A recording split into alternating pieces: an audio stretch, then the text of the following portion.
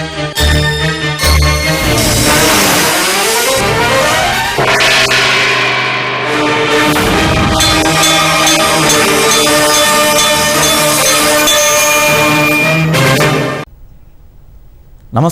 ఘంటారావానికి స్వాగతం. ముందుగా ప్రధానాంశాలు.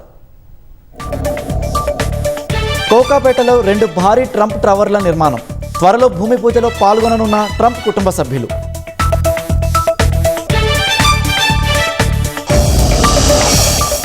మెట్రో రైలుపై ముఖ్యమంత్రి రేవంత్ రెడ్డి సమీక్ష. రద్దీకి అనుగుణంగా కొత్త కోచ్లు కొనుగోలు చేయాలని ఆదేశం.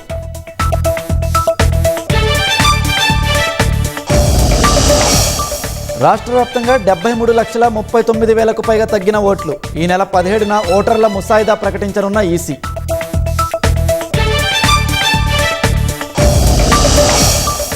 వందే మాతరం బిల్లుకు ఆమోదం తెలిపిన రాష్ట్రపతి ముర్ము. గీతాన్ని అవమానిస్తే చర్యలు తీసుకునేలా చట్టం.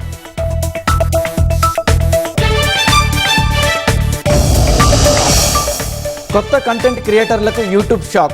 90 రోజుల్లో 20 మిలియన్ల వీక్షణలు ఉండాలని స్పష్టత.